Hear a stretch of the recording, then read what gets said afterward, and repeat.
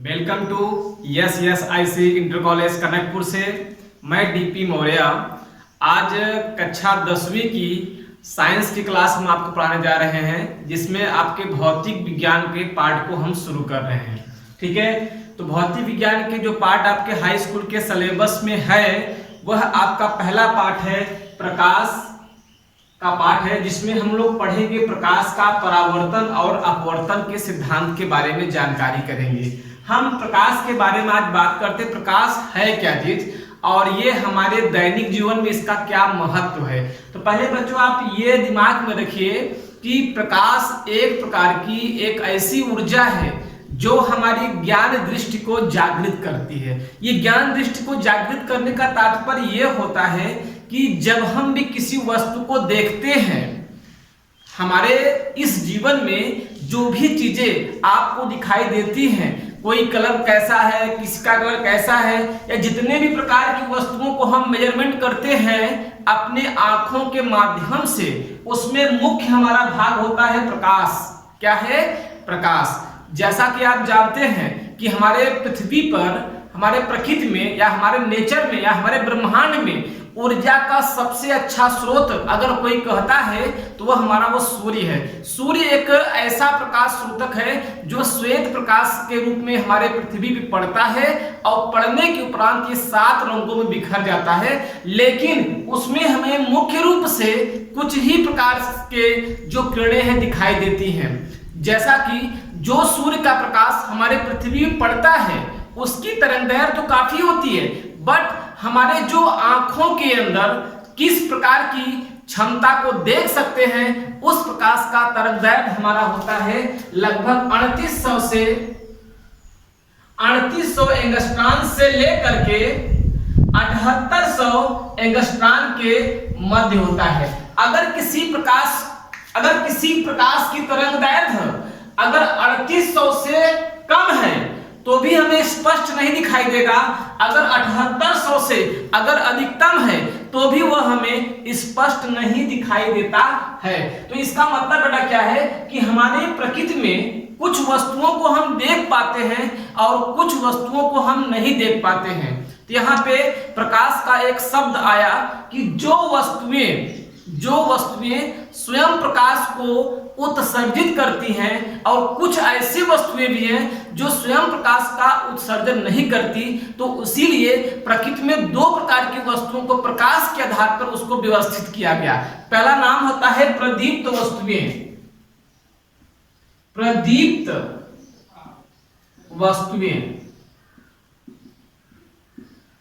वस्तुएं और एक होता है बेटा अप्रदीप्त वस्तुएं। अभी क्या है प्रदीप्त और अप्रदीप्त वस्तुएं क्या होती हैं? इसमें हमारे जो आपकी आंखों को विशेष रूप से हमारा देखने में सहयोग करता है वो है प्रकाश, लेकिन कुछ ऐसी वस्तुएं हैं जो प्रकाश स्वयं उत्सर्जित करती हैं। जैसे देखिए बेटा, हमारा ये है आपका प्रदीप्त वस्तुएं। प्रदीप्त वस्तु क्या होती है पहले आप इसके बारे में देखिए, ये प्रदीप्त वस्तु क्या होती हैं। प्रदीप्त वस्तुएं हम उन वस्तुओं को बोलते हैं जो स्वयं प्रकाश उत्सर्जित करते हैं, जैसे सूर्य, लालटेन, आपका बल्ब, आपके जो ये चीजें हैं ये सभी प्रदीप्त वस्तुएं होती हैं। कौन कौन बेटा? ध्यान देना, प्रदीप्त वस्तुएं उन वस्तुओं को कहा जाता है जो वस्तुएं स्वयं प्रकाश उत्सर्जित करते हैं। जैसे हम लोग कहते हैं सूर्य किसी के माध्यम से नहीं है, ये सूर्य का स्वयं का अपना प्रकाश है। ये सूर्य जो होता है यह एक प्रदीप्त वस्तु होता है। हम लोग कहते हैं बल्ब जो होता है ये भी हमारा है। लालटेन जो होता है ये भी हमारे होता है। दीपक, ये जो वस्तुएं हैं इन्हें हम लोग प्रदीप्त वस्तुएं कहते हैं। याद रखना, या ट्यूबलाइट कहते हैं आप लोग हैलोजन कहते हैं। ऐसे तमाम ऐसे वस्तुएं हैं जो स्वयं प्रकाश का उत्सर्जन करती हैं, उन्हें प्रदीप्त वस्तुओं के अंतर्गत लिया जाता है। लेकिन कुछ ऐसी वस्तुएं हैं जो अप्रदीप्त होती हैं, जैसे कि हमारा होता है बेटा, आप मान लीजिए आपका पेन ही हो गया, आपका किताब हो गया, है ना, आपका टेबल हो गया,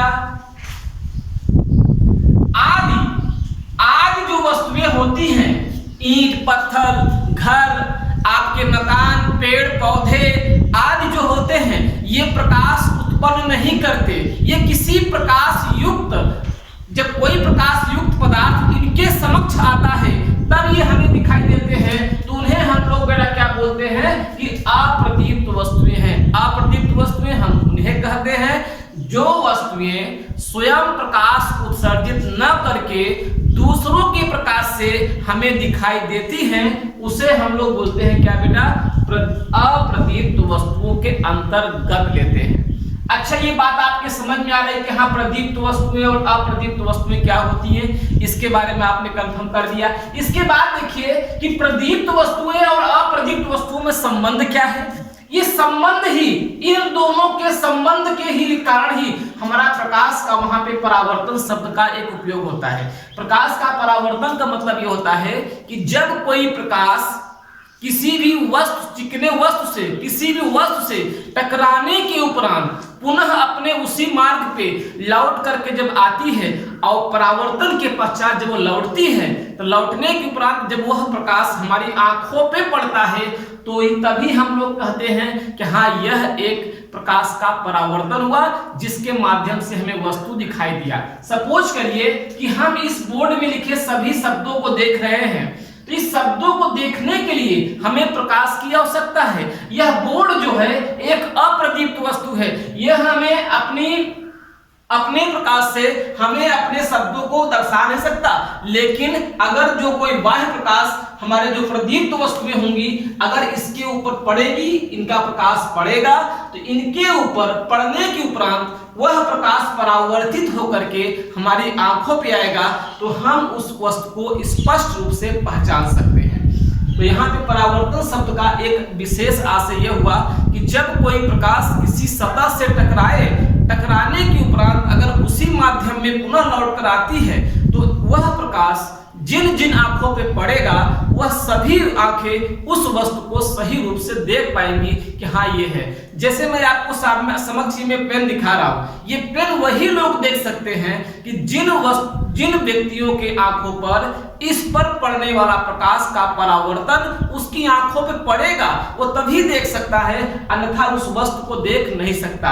आप जानते हैं कभी कमरे में अंधेरा होता है रात में, तो आप अगर पेन, बुक या किताब, टेबल या कोई भी वस्तु आप रखे होते हो, तो वहां पे आपको वह दिखाई नहीं देता, क्योंकि उसके ऊपर पड़ने वाला प्रकाश का परावर्तन आपकी आंखों पे नहीं हो पा रहा है। तो इससे यह सिद्ध होता है कि किसी भी वस्तु को देखने के लिए, किसी भी अप्रदीप्त वस्तु को देखने के लिए हमारी आंखों पे कोई एक प्रदीप्त वस्तु का प्रकाश का जब तक परावर्तन नहीं होगा, वस्तु हमें दिखाई नहीं देगा।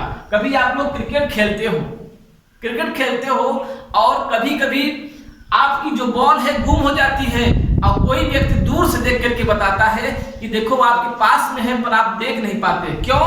क्योंकि वह बॉल आपकी तब तक नहीं दिखाई देगी जब तक कि उस बॉल का प्रकाश आपकी आंखों पर ना पड़े।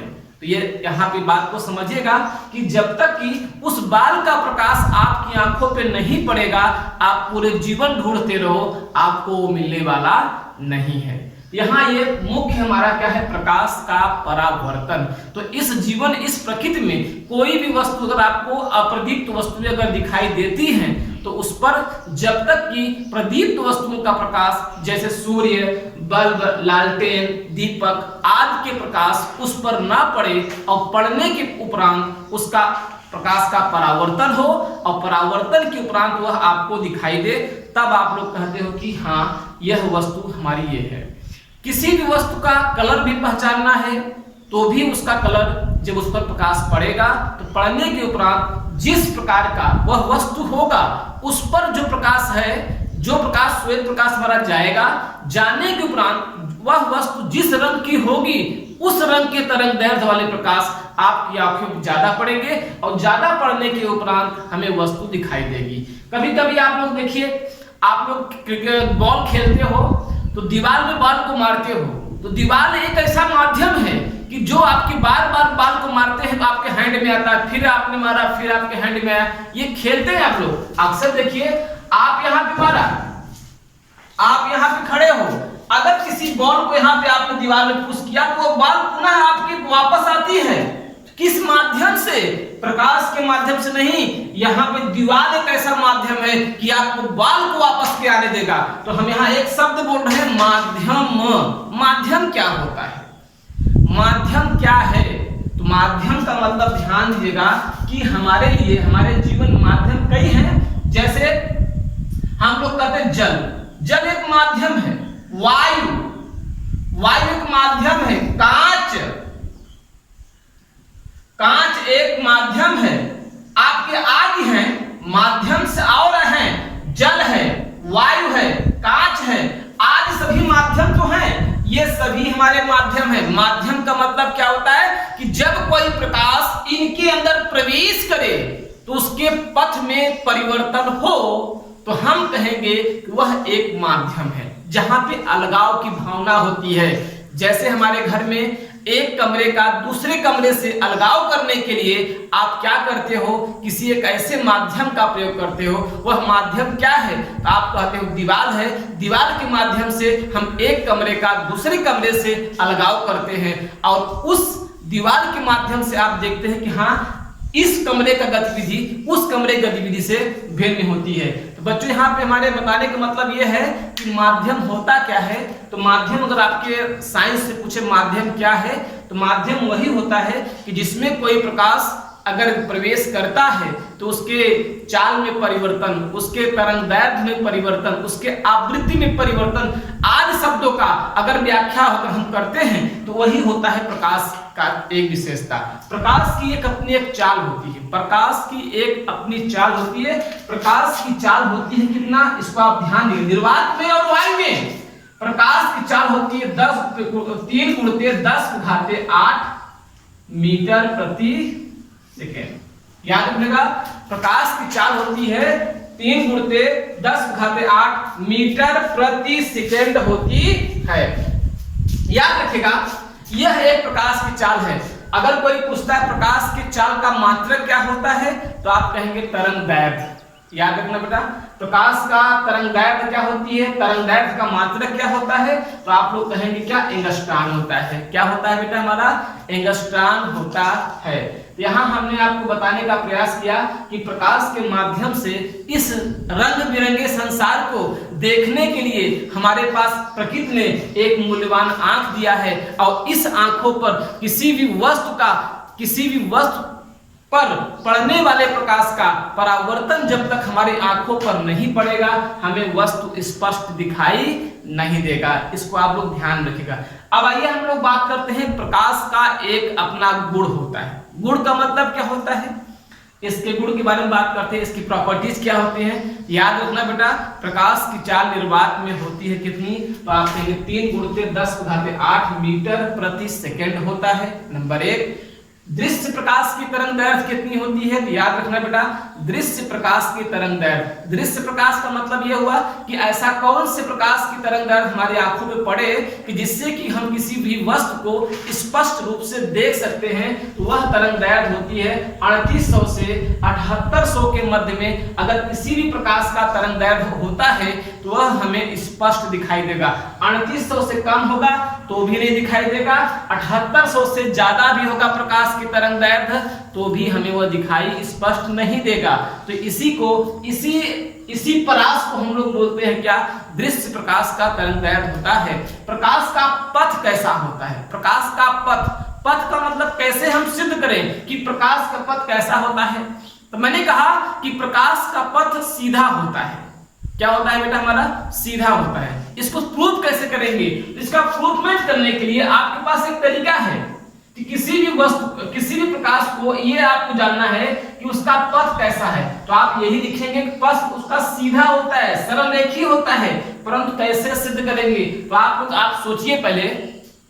कभी किसी भी वस्तु को मान लीजिए कि हमारा ये पेन है ना, अगर ये पेन है, मैं पेन के इस तरफ से अगर कोई प्रकाश अगर मैं गुजारता हूं अगर आप मान लो टार्च के माध्यम से अगर मैं प्रकाश को उजाड़ता हूं तो जो इसका प्रतिबिंब बनेगा वो सीधा बनेगा। अगर मैंने टार्च को इधर लगाया है तो इसका प्रतिबिंब इधर नहीं बनेगा, इधर नहीं बनेगा, वो सीधा बनेगा। कहां बनेगा? उसके जस्ट पीछे बनेगा। इससे यह सिद्ध होता है कि प्रकाश का जो पथ होता है वह एक सरल रेखीय पथ पर होता है। ठीक है, आइए अगले पॉइंट के बारे में हम लोग बात करते हैं। इसके माध्यम के प्रकार। माध्यम कितने प्रकार के होते हैं? माध्यम के प्रकार, अभी मैंने आपसे कहा माध्यम के प्रकार। बेटा एक होता है पारदर्शी, एक होता है अपारदर्शी, एक होता है पारभासी। पारभासी एक बेटा हमारा पहला नंबर कौन होता है बेटा? हमारा पारदर्शी। आपके पारदर्शी होते हैं और एक होता है हमारा अपारदर्शी, एक होता है हमारा पारभासी। ये तीन प्रकार के माध्यम हमारे तीन प्रकार के होते हैं। माध्यम कुछ भी हो, ये दीवार भी एक माध्यम है। आप हमारे पीछे किसी छोटे बच्चे को रख दीजिए, वो हमारा माध्यम है कि मैं उसको आपको दिखने नहीं दूंगा। तो माध्यम क्या होता है? एक होता है पारदर्शी। पारदर्शी का मतलब क्या होता है कि जिस माध्यम में आप किसी भी वस्तु को आर पार देख सकते हैं। जैसे हमारा वायु है, वायु में अगर कोई व्यक्ति खड़ा हुआ है तो वह आपको दिखाई देता है। इससे सिद्ध होता है कि वह वायु क्या है? यह पारदर्शी है। शुद्ध जल में, साफ जल में अगर कोई वस्तु गिरी हुई है तो वह जल में गिरा हुआ वस्तु, जैसे बाल्टी पूरी भरी हुई है उसमें कोई वस्तु आपका गिरा हुआ है तो वह आपको दिखाई देता है। अर्थात वह क्या है बेटा? एक हमारा क्या है? पारदर्शी माध्यम है। हमारा कांच है, कांच अगर हमारा कांच की दीवार बना दिया जाए, पतली दीवार, तो हम ये देखते हैं कांच के इस पार उस पार आपको दिखाई देता है। तो कांच भी एक माध्यम तो है, लेकिन कैसा माध्यम है? आप कहेंगे पारदर्शी माध्यम है। आप कहेंगे वायु, जल, कांच, शब्द से ही आ रहा है पारदर्शी। जिसके आर पार देखा जा सके उसे हम लोग पारदर्शी कहते हैं। अपारदर्शी क्या होता है? जिसके आर पार न दिखा जा सके। जैसे हमारा देखिए कि हम मानते हैं कि दो कमरे हैं, दो कमरे को दीवार के माध्यम से डिवाइड किया गया, तो दीवार उसको दोनों कमरे को डिवाइड करने वाला माध्यम कौन बना?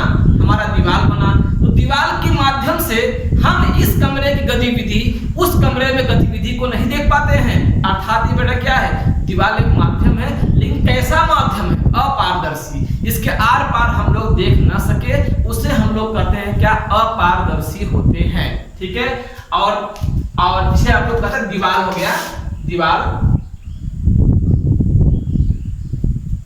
ये दीवार है, आगे हमारे ये। और एक बेटा हमारा पारभासी। पारभासी का मतलब क्या होता है? जो कुछ आंशिक रूप से दिखाई दे। जैसे कभी कभी आप देखिए कोई चश्मा होता है, अगर वो चश्मा काफी घिसा होता है तो आपको दिखाई तो देता है लेकिन बहुत स्पष्ट नहीं दिखता। उससे हम लोग क्या करते हैं बेटा कि पारभासी है वो घिसा हुआ कांच। या कभी कभी आप लोग देखिए किसी पेज पर आप लिखे हुए हो और उस पर कोई आयल गिर जाता है, तो आयल गिरने के उपरांत जिस पृष्ठ पर आपने लिखा है और उसका पूरा प्रतिबिंब हमारे दूसरे पृष्ठ पे आ जाता है, तो लेकिन आप स्पष्ट नहीं पढ़ पाते, उसे हम लोग क्या कहते हैं? पारभासी। जहां पे थोड़ा थोड़ा दिखाई दे उसे हम लोग कहेंगे पारभासी। जहां पूर्ण रूपेण दिखाई दे वो पारदर्शी। जहां बिल्कुल न दिखाई दे उसे हम लोग क्या बोलेंगे बेटा? अपारदर्शी। ये माध्यम के हमारे प्रकार हैं, इसको आप लोग नोट करिएगा दिमाग में। जो मैंने बोला वो सारी बातों का आप सुनिए और अपने नोट को बनाते रहिए। ये नहीं कि आपको जो लिखा गया बोर्ड में सिर्फ उतना ही नोट करेंगे, शब्द को सुनिए, जहां पे आपको अर्थ न समझ में आए उसको आप समझने का प्रयास करिए। अब अगला देखिए बेटा हमारा, इसमें ये हमारे प्रकाश के माध्यम क्या बोल रहे हैं। आगे पॉइंट देखिए, हमें उम्मीद है कि आपको पारदर्शी, अपारदर्शी और पारभाषक के रूप में आपको समझ में आ गया। तो आइए हम लोग बात करते हैं इसमें, जैसे कि प्रकाश के परावर्तन का जो पाठ हम लोग शुरू करना चाहते हैं उसमें मुख्य हमारा होता है कि जैसे आप लोग देखते हैं दर्पण। दर्पण क्या है? दर्पण क्या होता है इसके बारे में बात करते हैं। दर्पण एक ऐसा एक पदार्थ है जिसका एक भाग कलई होता है, दूसरा भाग कलई नहीं होता, जिसमें आप लोग अपना प्रतिबिंब देखते हो। ध्यान देना, कोई अगर आपसे पूछता है कि हम अपना प्रतिबिंब दर्पण में देख पाते हैं, दर्पण में देख पाते हैं, सपोज करिए कोई भी बालक यहाँ पे खड़ा हुआ है और वह अपने प्रतिबिंब को इस दर्पण में देख पा रहा है, इस दर्पण में देख पा रहा है, किस माध्यम से देख पा रहा है? क्या ऐसा हुआ कि वह व्यक्ति वह वस्तु दर्पण में अपने प्रतिबिंब को देख पाया? तो उसका मुख्य कारण बेटा क्या है? प्रकाश के परावर्तन के कारण जब दर्पण के समक्ष हम खड़े हुए तो दर्पण में मेरा प्रतिबिंब बना, तो दर्पण में जो प्रतिबिंब बना वह उस प्रतिबिंब का प्रकाश हमारी आंखों पे आया, तो वह आंखों पे आने के उपरांत हमें स्पष्ट करा दिया कि हाँ आपके चेहरे पे ये कमी है, या आपने बाल को नहीं झाड़ा हुआ है, या आपके शर्ट की बटन नहीं बंद है, या आपने पेन नहीं लिया। तो जो भी गतिविधि आप दर्पण में देखते हो, अपना जो कमियां होती है या अच्छाइयां होती हैं, वो किसके माध्यम से बेटा होता है? कहेंगे प्रकाश के परावर्तन के माध्यम से होता है। इस जगत में जो भी वस्तुओं को आप अपनी आंखों से देख रहे हो, वो सारी वस्तुओं को आप कहेंगे प्रकाश के परावर्तन के माध्यम से देख पा रहे हो। और जब तक किसी भी वस्तु पर प्रकाश का परावर्तन नहीं होगा, हम उस वस्तु को अपने प्रकृति में नहीं देख सकते हैं। तो याद रखिएगा, ये हमारे प्रकाश के परावर्तन का महत्व है कि जो हमें वस्तु में दिखाई देती है। अगला शब्द है बेटा हमारा अपवर्तन। क्या होता है अपवर्तन? परावर्तन और अपवर्तन दो अलग शब्द हैं। परावर्तन में क्या होता है कि वस्तु का प्रकाश जिस माध्यम से जाता है उसी माध्यम में लौट के आता है, लेकिन अपवर्तन में ये अलग है। अपवर्तन में क्या होता है कि प्रकाश जो होता है एक माध्यम से जाता है और दूसरे माध्यम में प्रवेश करता है, तो वहां पे हम लोग कहते हैं क्या कि यह अपवर्तन का सिद्धांत हुआ। जैसे कभी कभी आप लोग देखते हो कि एक बाल्टी में या किसी भी बड़े बर्तन में साफ जल रखा होता है, आपकी गिलास या आपकी जो भी बर्तन उसमें गिरे होते हैं, वह वास्तविकता की गहराई से आपको ऊपर दिखाई देता है। या कभी आप देखते हैं कि कांच के गिलास में पानी भरा हुआ है, उसमें पेंसिल आप डाल देते हो तो पेंसिल आपको टूटी हुई दिखाई देती है। यह क्या है ये? या कभी कभी आपकी बड़े से मात्रा में तालाबों में मछलियां होती हैं, मछलियों को आप देखते हैं कि वो जल के बहुत ऊपर हैं, लेकिन वास्तविकता में ऐसा होता नहीं, वह अपने वास्तविकता की गहराई से बहुत नीचे होते हैं। इसका मुख्य कारण बेटा हमारा क्या होता है? प्रकाश का अपवर्तन। अपवर्तन में दो माध्यम की आवश्यकता होती है, अपरावर्तन घटना को सिर्फ एक माध्यम की आवश्यकता होती है। याद रखिएगा। अब देखिए, माध्यम शब्द बार बार हमारे बीच में आ रहा है। अगर हम लोग जल में हैं और जल में किसी वस्तु को देखते हैं तो वहां बेटा अपवर्तन है, आपका परावर्तन ही आएगा। हम वायु में हैं, वायु में किसी वस्तु को देखते हैं तो वहां भी परावर्तन होगा। तो जब कोई घटना एक माध्यम होगी वहां पे हम लोग परावर्तन के शब्द की बात करेंगे, और जब कोई घटना दो माध्यमों की बात करेगी वहां पे हमारा होता है क्या? अपवर्तन आता है। यही दोनों डिफरेंस को हम लोग आपको बात करेंगे। याद रहे बेटा, हमारे पूरे प्रकाश की हम लेसन की बात करते हैं तो प्रकाश में एक होता है बेटा, इसमें आप लोग पढ़ेंगे कि परावर्तन की घटना। परावर्तन की घटना में हम लोग पढ़ेंगे दर्पण के बारे में। हमारे दर्पण कितने प्रकार के होते हैं? कितने प्रकार के होते हैं? समतल दर्पण और गोली दर्पण। गोली दर्पण हमारे दो प्रकार के होते हैं। कौन कौन? एक होता है अवतल दर्पण, एक बेटा हमारा होता है उत्तल दर्पण होता है। ये दर्पण शब्द जहां पे आ जाए वहां पे परावर्तन की घटना वहां पे सिद्ध होगी। लेकिन जैसे आप लोग कहते हो लेंस हमारे कौन कौन होते हैं? आप कहेंगे मुख्यतः उत्तल लेंस और अवतल लेंस होते हैं। लेंसों में अपवर्तन का सिद्धांत होता है, जबकि हमारे दर्पण में परावर्तन का सिद्धांत होता है। इसी सिद्धांत को आपको पढ़ना है पूरे इस लेसन में। मैंने आज आपकी एक क्लास की एक प्लानिंग बताई, आपको प्रकाश का एक महत्व समझाया, और इसको हम क्रम बाय क्रम दर्पण की घटना क्या होती है और लेंसों की घटना क्या होती है, बस यही हमारे प्रकाश की घटना है, बाकी हिस्सा खत्म। तो आज मैं इस क्लास को यहीं पे क्लोज कर रहा हूं।